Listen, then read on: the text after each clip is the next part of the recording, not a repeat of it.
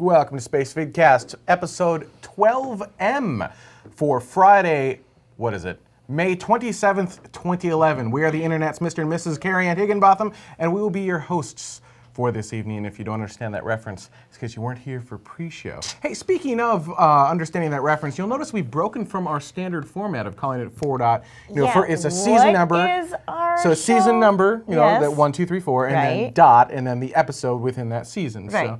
So, so the last one was 4.12. Yep, and then this episode is SVC-12M. Uh-huh. And does anyone in studio know why we're calling it SVC-12M? No? No idea? I posed in the wiki a question saying, if you can tell me why... Query, why we have named this SVC-12M, I'll give you a prize. And so...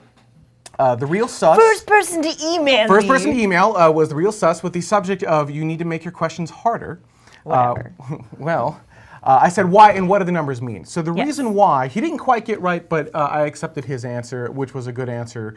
I don't remember what it was, but it was a good answer. 12 millionth show? Not so much, Jeffrey, no. Originally in the Space Shuttle program, it was STS 1, 2, 3, 4, 5, 6, 7, 8, 9. And then all of a sudden they stopped. And the next Space Shuttle mission is STS 41 dash, and then I guess it'd be A. I don't remember the exact first. Think so. And the reason they did that is the current NASA director didn't want to have STS 13. Right. It was a bad number. Apollo 13. 13 is an overshadowing number that you just don't want to have. Right. And so he changed it to be STS, and then the ending year number, the current fiscal year, so 4.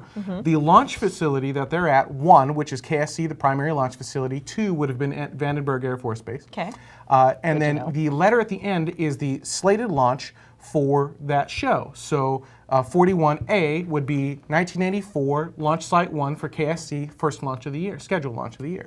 And so this show is, because it would have been 413, can't have 13, so we renamed it to SVC-12M, which is 2011. This is our second studio. The primary studio is actually back in Eden Prairie. This is true. So this is our secondary studio. Okay. And show M, which would be the 13th show of the year.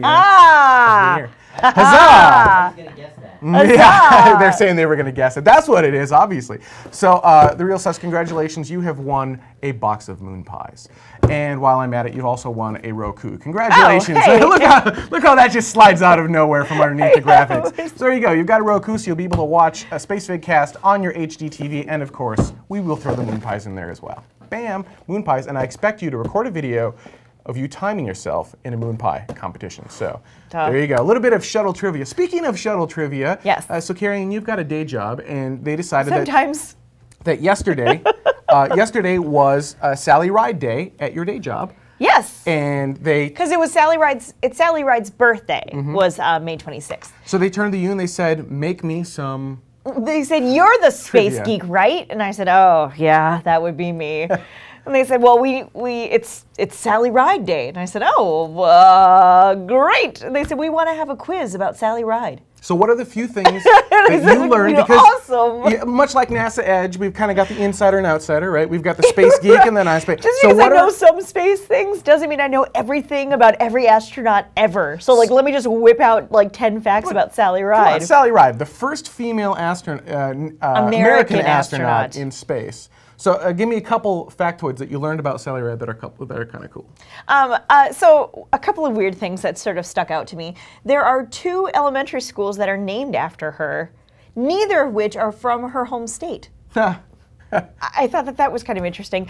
She is part of the California Hall of Fame. Like they have a special persons. Huzzah. Yeah, and in the Women's and Arts Sciences section, which I thought was kind of cool. What else? Oh, you know what?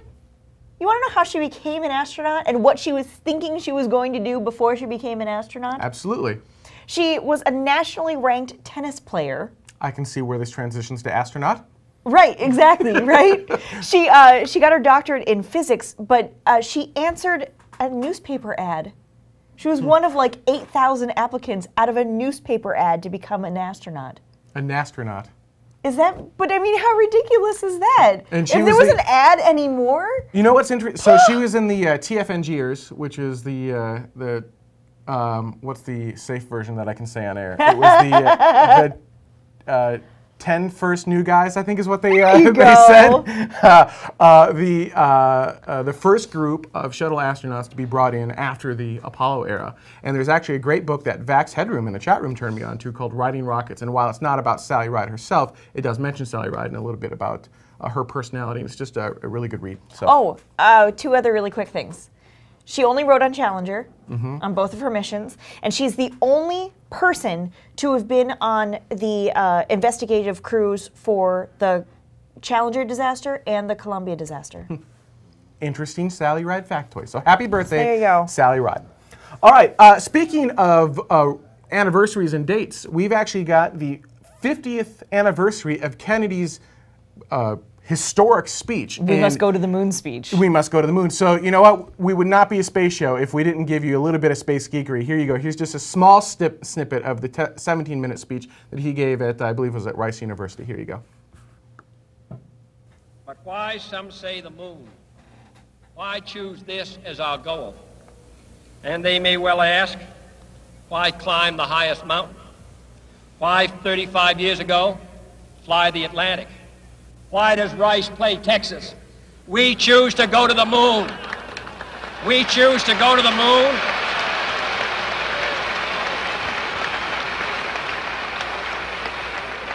We choose to go to the moon in this decade and do the other things, not because they are easy, but because they are hard. Because that goal will serve to organize and measure the best of our energies and skills. Because that challenge is one that we're willing to accept, one we are unwilling to postpone, and one we intend to win, and the others too.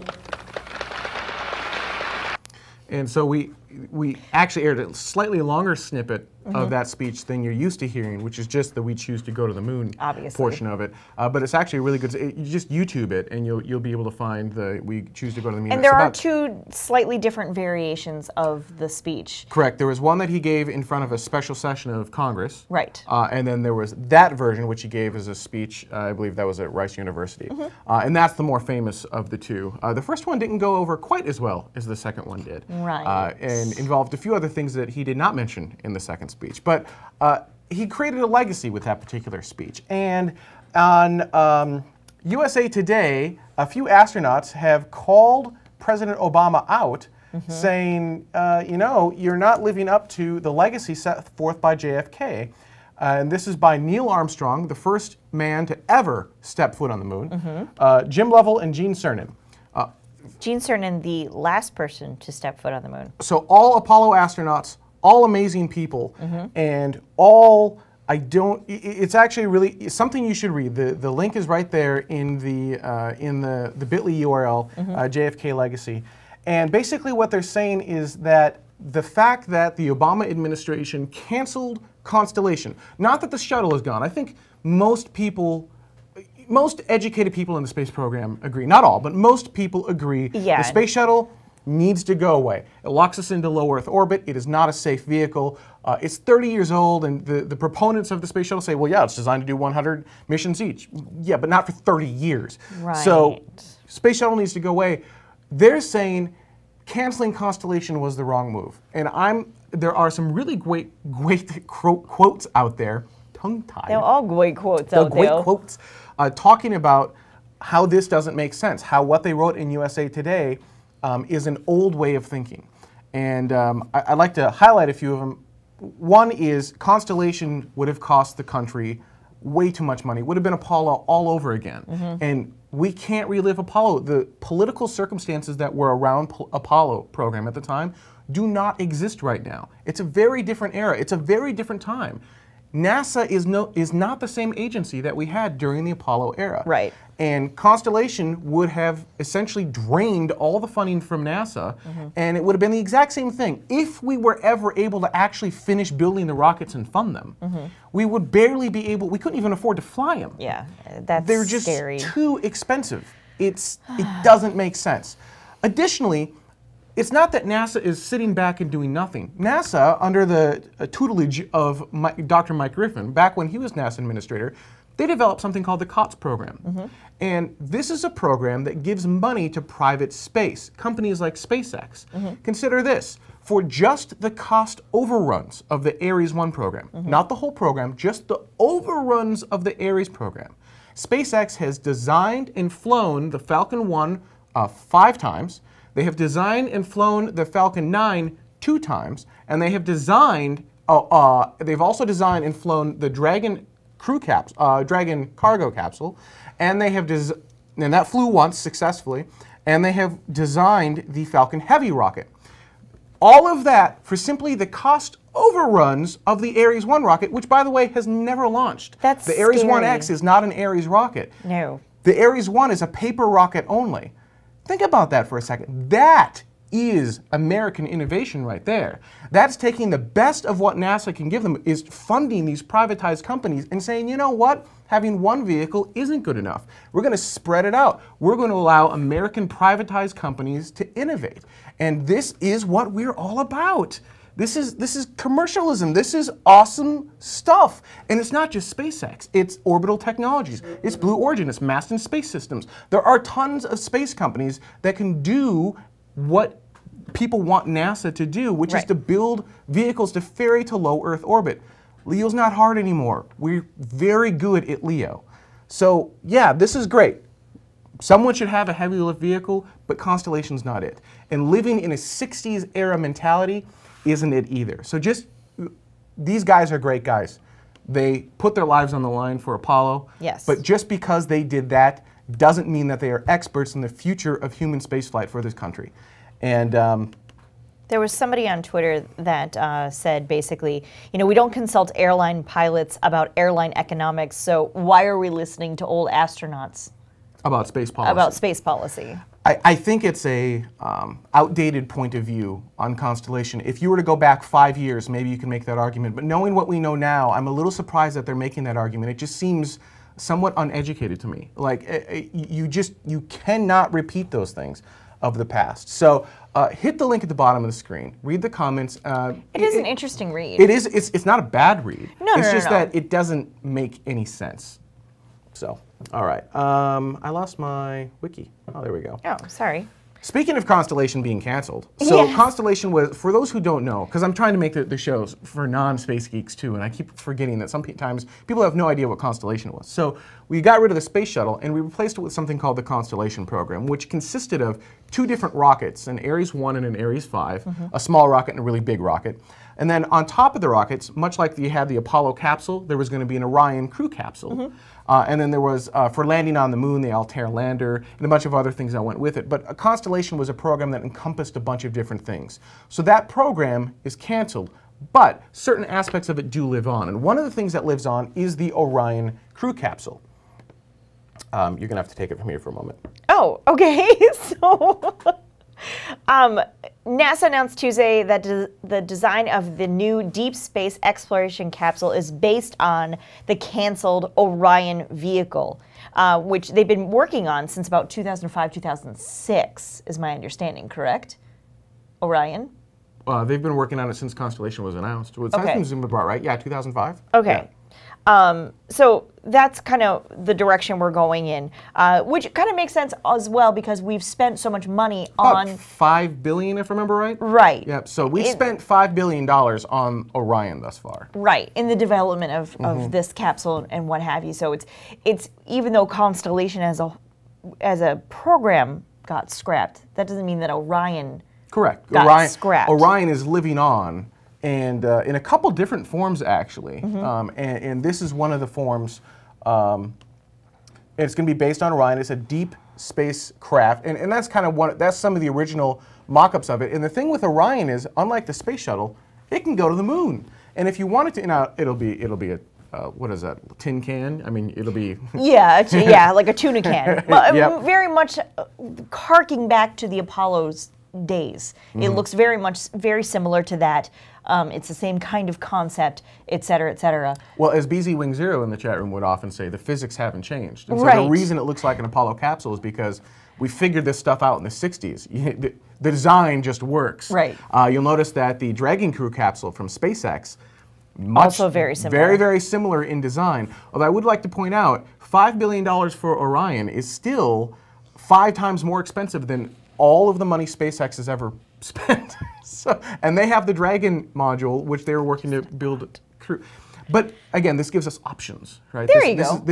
This is a good thing. It Having is. options is a great thing. Variety is the spice of life. Well, and consider this, when we had the Challenger and Columbia disasters, after each disaster we had to ground the entire fleet. Right. If the same thing happens with Orion or with one of the rockets that Orion is flying on, God forbid. which we hope doesn't happen, but if it does happen, we'll have other alternate options we can go to that won't be grounded as we try to figure out what happened with that other vehicle. So it will keep the American space program constantly running. I was just going to say, without having to rely on other countries. Exactly. You know, actually, I want to touch on that. Ever notice this? This isn't scripted at all, but I just realized I said this. The American space program. Right. Singular. Right. That's fundamentally our problem. Yes. It's not. We've got one group program that's doing one thing, and that's the only thing that they're doing, and they're the only ones who are doing it. We have the Space Shuttle. That's our human spaceflight program. Yes. That's it. That's a problem. So we should be looking at it plural. It should be multiple programs. It should be multiple vehicles. There should be multiple ways to put humans into space. That's how we should do it. And I realize I keep bringing up SpaceX, and the reason I do that is because they're the closest ones to being able to do this today. Right. I mean, they'll be able to do this by 2013, 2015, easy, with humans, I think. But, you know, it doesn't have to be them. It could be anyone. John M. Knight in the chat room says that we need an industry. Yes, we need it. And I've said that on the show before. Not one single space program. It's an automobile industry, right? You've got a bunch of different car makers. Maybe that was a bad example for this show, but you've got a bunch of different car manufacturers. Right. And when one car has issues, you don't shut down all the cars on the road. Right. You pull that one car and recall just that one car. We need a space industry. Right. So when we have a problem with a single rocket, we don't shut down the whole space industry. We pull that one rocket off the line and say, we recall that rocket and figure out what we can do. This is really capitalism at its best. I mean, this is what America is based on.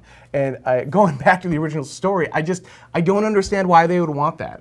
Having a single entity running a single vehicle that does a singular thing, it doesn't make, that you can't afford, doesn't make any sense to me. Yeah, that you can't afford, I think, is the one thing that people can really gravitate towards.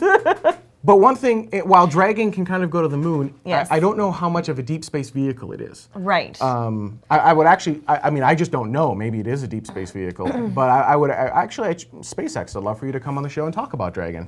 But Orion is designed to be a deep space vehicle, and actually we have got a multi-purpose crew vehicle, yes? Yes. Is Orion, MPCV, which is very catchy. It is very catchy. Yeah, MPCV. Okay. So that lives on, and they're continuing work. And actually, if you watched our STS-134 launch coverage, we brought on, this is the Lockheed Martin Orion. Yes. We brought on Lockheed Martin, and they talked about it.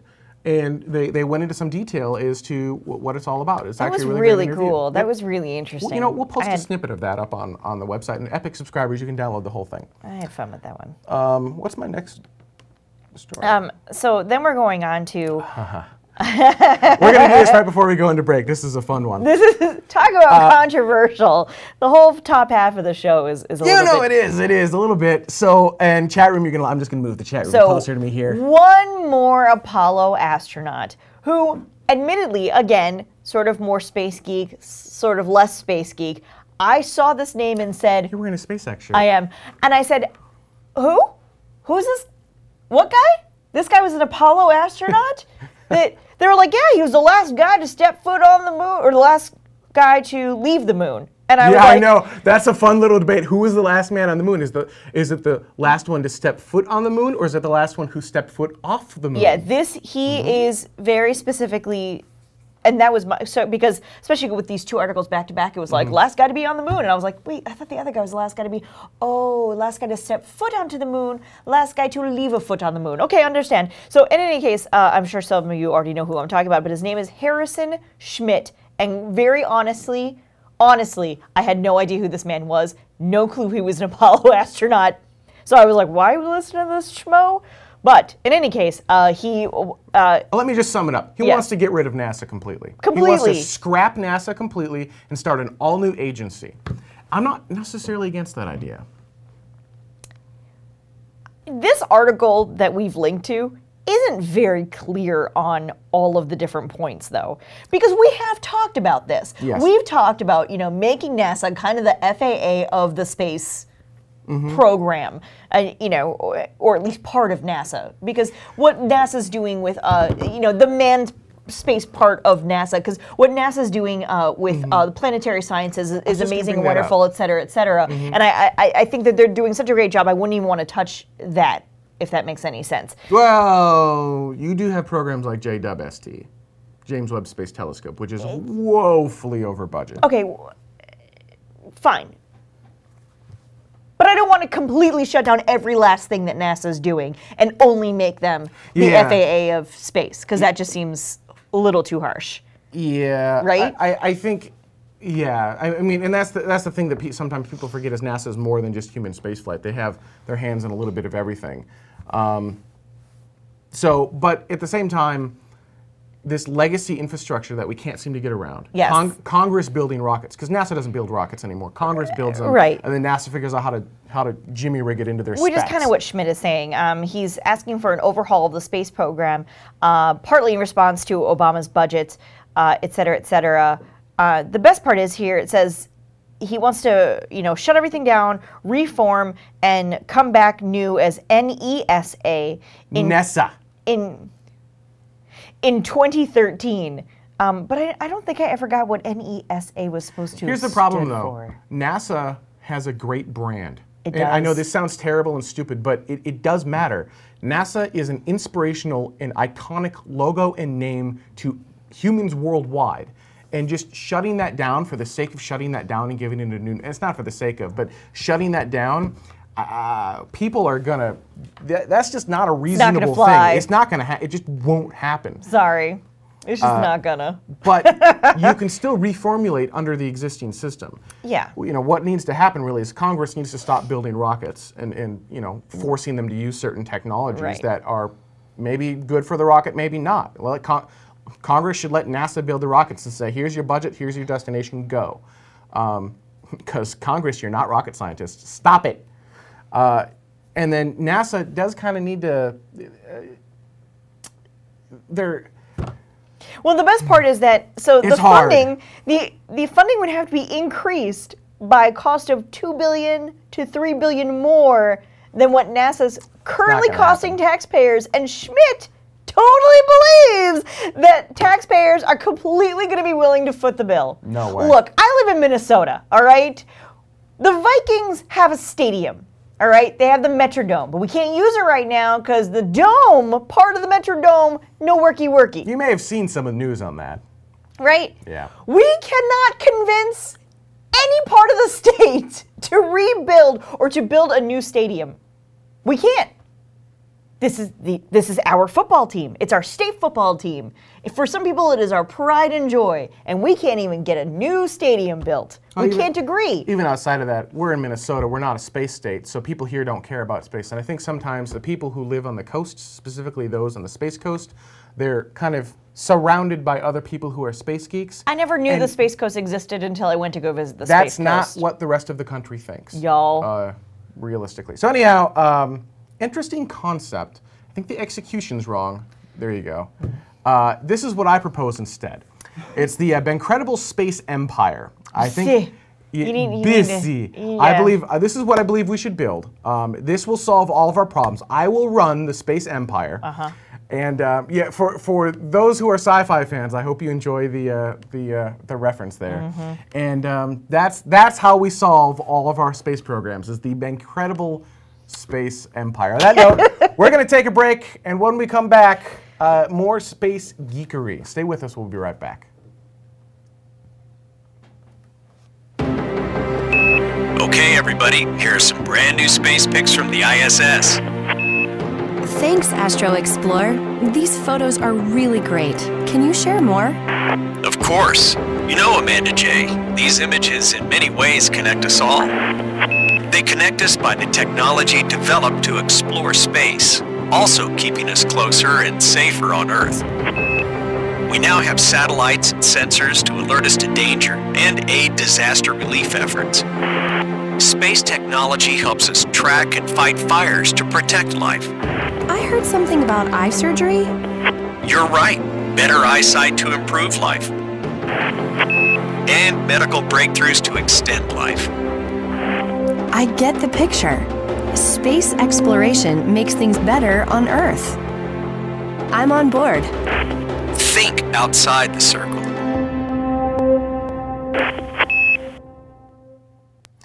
So in the break, Flying Jenny said that I got the first 2 letters right of the Incredible Space Empire. Thanks for that. And then they want me to, and I think this is great. They want me to get a goatee. So when we come back, it's just like the Incredible Space Empire. I have to have a goatee. Evil Ben. Evil Ben. Okay. Some really cool things happened. So really cool things happened in space. First off, NASA has released some awesome footage. And I'm only going to show you a couple minutes of it, but this is of the solid rocket boosters from STS-134. Now, I've cut this up into only 2 minutes, but you're going to want to check out the full YouTube video. Here you go, check this out. This SRB videos from STS-134. 4, 3, 2, 0, and liftoff for the final launch of Endeavour, expanding our knowledge while expanding our lives in space. Houston, Endeavour, all program. Roger, roll, Endeavour. Houston is now controlling. Endeavour beginning to pull over onto its back. The roll program underway as Endeavour begins a heads down position on course for a 51.6 degree, 136 by 36 statute mile orbit. 4,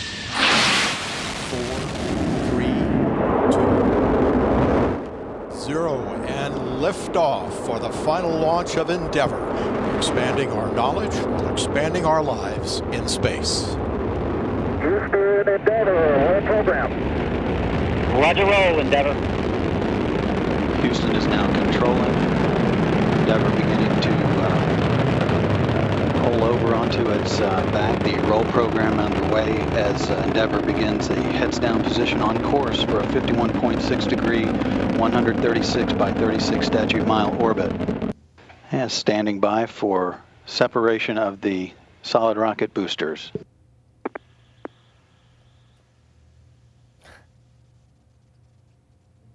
And standing by for separation of the solid rocket boosters.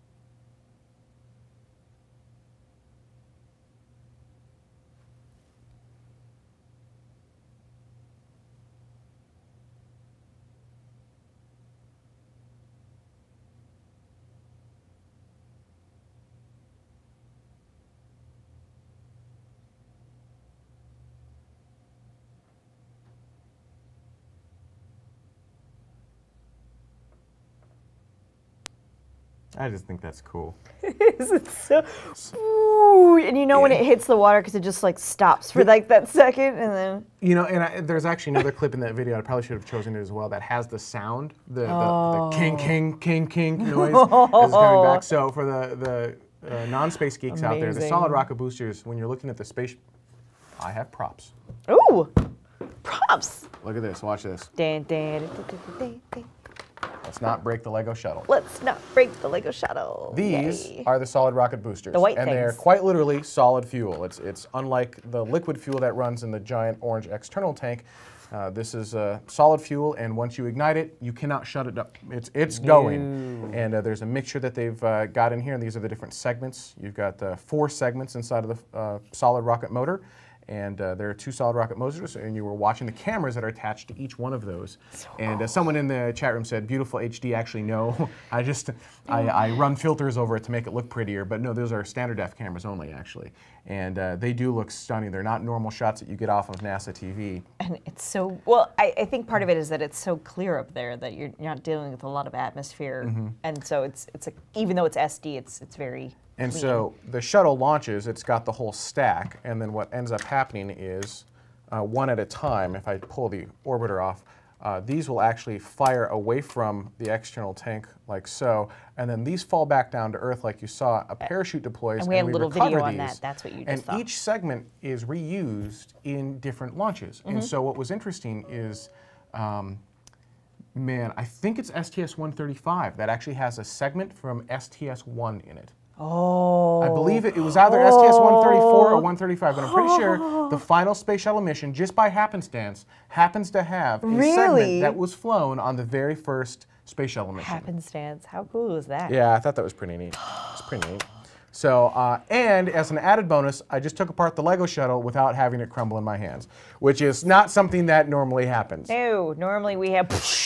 Speaking of other really awesome things, Lego the pieces Soyuz did a fly around of the International Space Station. Normally this is Did you guys something that see the this? Space Shuttle does, but they had to take the expedition crew off, and they wanted to get one final shot of what it looks like with the Space Shuttle and the Space Station. You can go ahead and roll this particular clip cap. This is a voiceover clip, I think. We're going to find out in a moment. But yeah, you can actually see the whole station structure with the shuttle attached as the Soyuz flies around. Which is about as big as a football field now? Around, yeah. And so, yeah, and then have the clip? with the shuttle, There we are. there you are.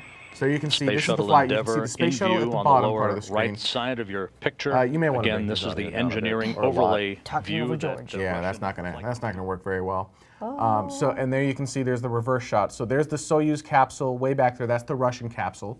And so there's the space station sitting there in the very lower right-hand corner. That's the shuttle. And in a moment, I don't remember how far away. We're actually going to rotate the whole. Can you fast forward the video for me a little bit? Let's just. This is going to be kind of jerky, but there you go. There you go. Works better in fast motion, doesn't it?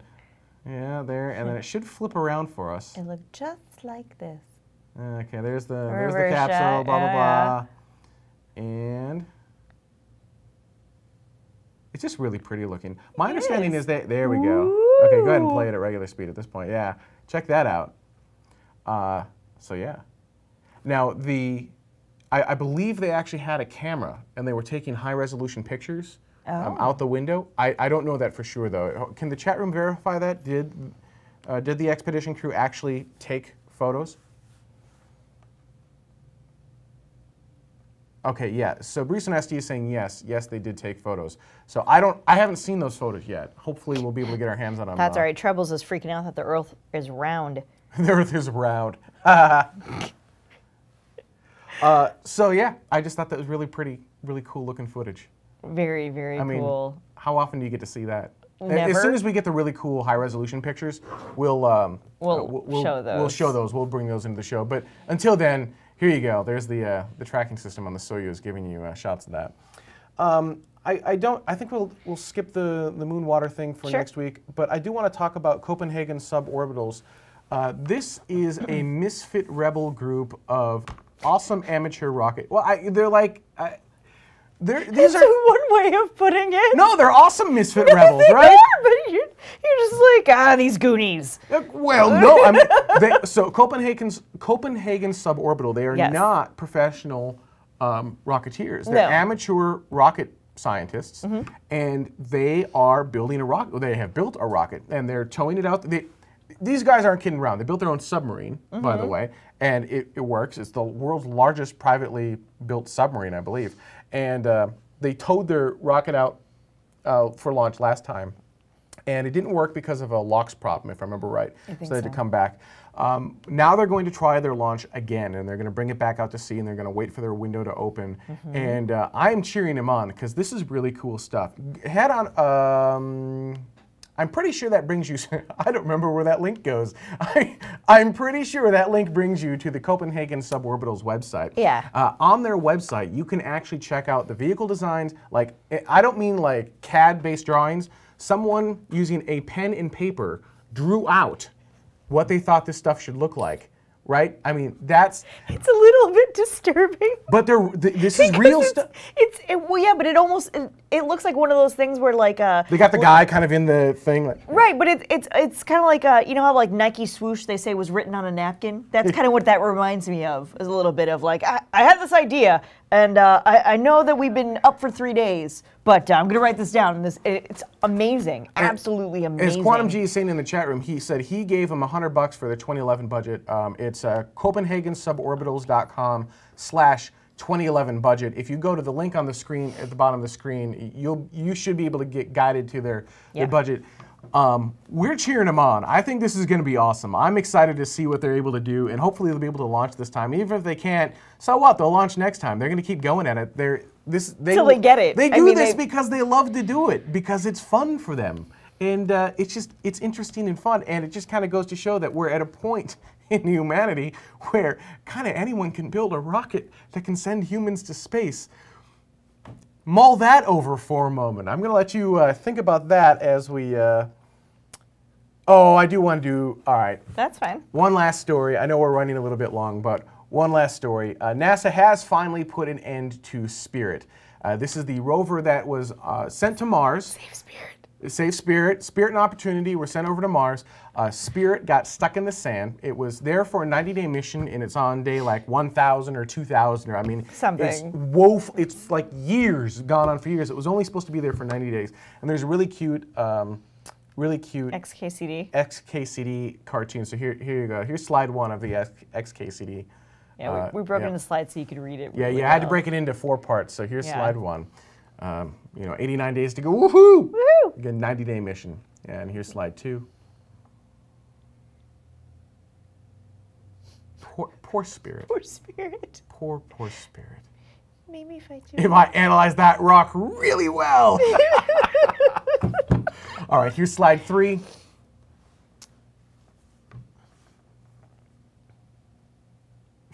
Power dying, but a good rover would keep going. A good rover like they wanted. I love it. It's so sad. Do I get to come home? Did I do a good job? Do I get to come home? Guys? And the saddest slide of all. Oh. It really is sad. Oh. There you go. That was XKCD. I know, tear. All right. Hey, I want to thank everyone for watching, and I did want to highlight Spacevidcast Epic. We've started releasing additional Epic content, so if you saw our tour that we did of Space Launch Complex 40 at Kennedy Space Center, that's where SpaceX is flying their Falcon 9 rockets from. It was done by Jason Ryan, our roving KSC reporter. He actually got to go under the rocket, which was kind of cool. But you couldn't tell what it was, but it was really kind of cool. He walked you through there a bunch of really cool tidbits that you maybe didn't know about. How they optimize their workflow, some of the things that they do to save some money. Baffling was amazing. The baffling, stuff like that. And that is available, the full video is available to Spacevidcast Epic subscribers. Spacevidcast Epic is a way that you can help Spacevidcast do cool stuff, like go down to Kennedy Space Center, cover launches for you, do neat events like that, and basically stay on the air. So if you like what we're doing, if you think this is fun, subscribe to Spacevidcast Epic. You've got 2 options. You've got a monthly, so it's a little bit less, not all at one time. It's $10 a month, or you can do yearly, $100 a year, and that drops your monthly cost down to $8.33. Not only do you get exclusive content, but you also get access to ad-free experience as well. So we rip all the Google ads off the site. There's no Google pre-roll ad, and there's no Google pop-up ad on any of our videos. So nice. Now, you'll still see, like if we burn an ad into the video right over here, you're still going to see that. But all the naggy type ads. Or us talking about Epic. Yep, that all goes away. So we'd really appreciate any subscriptions, type stuffy stuff you have towards Spacevidcast Epic. You're going to see a lot more really great content coming out in Epic. We've got Juno interviews for the next Planetary Sciences. It's going to Jupiter, so we've got a full, it's going to end up being like a 20 or 30 minute Epic video. We have got, there's another big one. I don't remember what the other big one is, but all that will be available on Spacevidcast Epic in the coming week or so. Coming to an Epic near you. Absolutely. For those of you watching live, stay tuned. Spacevidcast After Dark is up next, where we're going to break out a little bit of Spacevidcast surprise treat. Wow, that's Spacevidcast surprise. Yeah. Yep. The incredible space empire will stop there. That's what we should and, be doing. For you, those of you who have Epic, you can of course watch After Dark after the fact. Thank you guys for watching. We'll see you next week. I don't know what that kind of ending was. That was terrible. Just roll the credits. Just roll the credits.